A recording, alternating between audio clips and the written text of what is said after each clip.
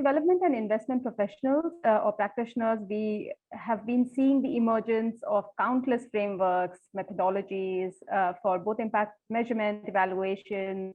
As development practitioners, we see that the kind of confusion it causes for new organizations coming up in the space, be it very socially minded, social impact focused organizations, or organizations that are operating at the cusp of profit and purpose, where they really struggle to figure out what they should be doing in terms of measuring and tracking their own impact. And that's something which is a very real challenge that most development organizations go through. What we see as a result is a bit of a reactive methodology that often comes into place, because each time they are measuring their impact, it is for a donor or for an investor, and usually it is as unique as it can be for each organization, for lack of a better way of putting this. And I think that's, while it's problematic at some extent, it's also, I think, symptomatic of an evolving development sector. I mean, at the end of the day, we've only had a few decades of this sector operating independently, and I think in each country, we see, in each region, we see development sectors like ours have to go through a fairly sort of long period of growth and evolution that works for them. And I think that's sort of important to remember in the context of India, which is extremely diverse.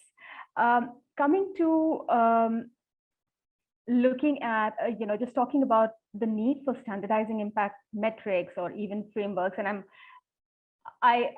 I'm sorry, I'll be using these terms interchangeably because I don't come from an evaluation background, but I think but we definitely deal with organizations that look at it from an impact measurement perspective, others that are looking at more as an M&E framework, yet others who are looking at it from a pure reporting framework. So I'm going to use these sort of slightly interchangeably.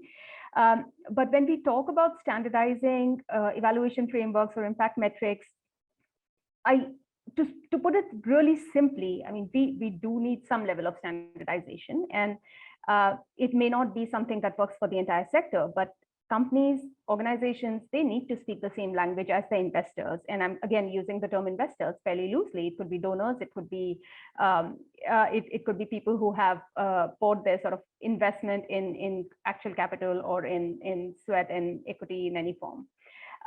In case of social impact investors, at least in most of the development world, we see we've seen evolution of several frameworks like IRIS, GEARS, which are being propagated by the Global Impact Investing Network, that I've already now established sort of common practice of using these across the organizations. For a community-based organization, this could be something like a GuideStar, as simple as that. For a global organization, we see more and more alignment towards sustainable development goals or the SDG language, because that's something that's broadly understood around regions and across countries.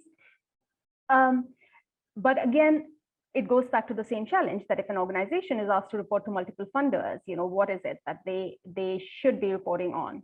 And the other challenge is that oftentimes when we're talking about social impact metrics, they are oriented towards outputs and activities. So what you see people measuring, or what you see organizations measuring, are what have they done. It's very hard for them to go that next step to be able to report on results and outcomes of the intervention. I may have created X number of jobs, but how have those jobs actually empowered people, or what have they changed in terms of the next sort of level of impact that they would have achieved is often not as unidimensional. It's usually not a single organization or not a single program that contributes towards it. So the challenge around measuring activities and results, activities and outputs rather than results and outcomes is a very real challenge for most organizations that are working in the development space.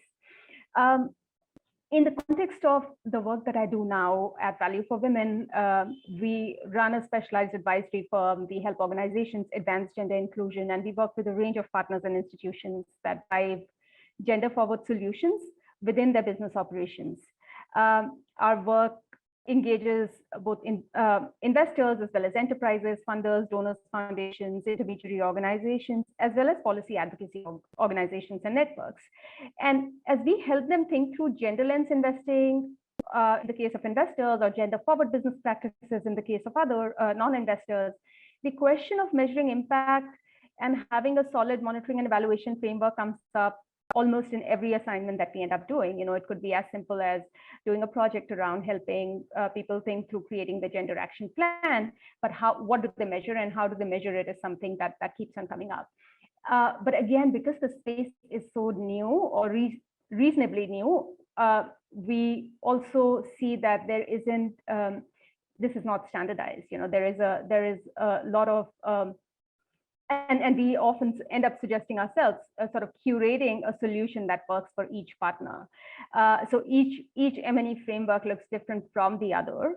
Each metric collection mechanism looks different. There are certain bases. There is a 2X framework guidelines that investors adhere to. There is the women empowerment principles or WEPs that largely anybody working in the women's economic empowerment space looks at. That said, those almost become the underlying factors or sort of almost like a checklist to adhere to. But then beyond that, the measurement often includes a range of methodologies and metrics that are very unique to each organization. For social stock exchange in India, I think it's really important to sort of, one, revisit the purpose and objective of starting it. It is not formed for improving impact in the country. And I think that's something that we have to keep front and center, right? Social stock exchange is not tasked with improving how much impact the sector can make, in the same way as the commercial stock exchanges cannot improve the GDP of a country or cannot improve the employment levels of employment in the country. So I think that's one very key piece to remember. So the onus of impact measurement is not really on the social stock exchange or the powers that be in social stock exchange eventually, but is really so going back, why is the social stock exchange getting formed? It's to improve the access and availability of capital and the accountability that comes with it for social sector organizations. It is to help each of them be able to get equal, better capital equity or better opportunities in being able to access capital that would otherwise be more dominated by certain relationships or certain blocks of capital providers. And I think once we understand that, it also becomes then important to see what are we talking about when it comes to standardizing or creating a common minimum standard or framework for evaluation. The way I see it, it could be a tiered approach. It could be something which is almost like, think about it like a Subway sandwich of having several options where you can decide what level of impact do you want to achieve as an organization that's potentially listed eventually on a social stock exchange, and that opens up different layers of capital to you. So the way I think about it is an option is a menu of options that people, or a menu of impact options that organizations can think about creating, because the deeper they go, the more let's say the more access to capital or the more access to certain kinds of capital they might have. So if as an organization, I think I only want to work with a certain sector, it enables me to actually report my impact and outcomes in that particular sector, and enables me access to people who are looking at providing capital for that. I feel we are still at a very early stage on the social stock exchange, especially to think about creating a standardized or common minimum standard. But I think there is definite need for especially the networks and the self-regulatory organizations that are already working in different spaces, be it a Sadhan, or be it the NGO networks that are working in the space, or Global Impact Investing Network, or the India's Impact Investing Council.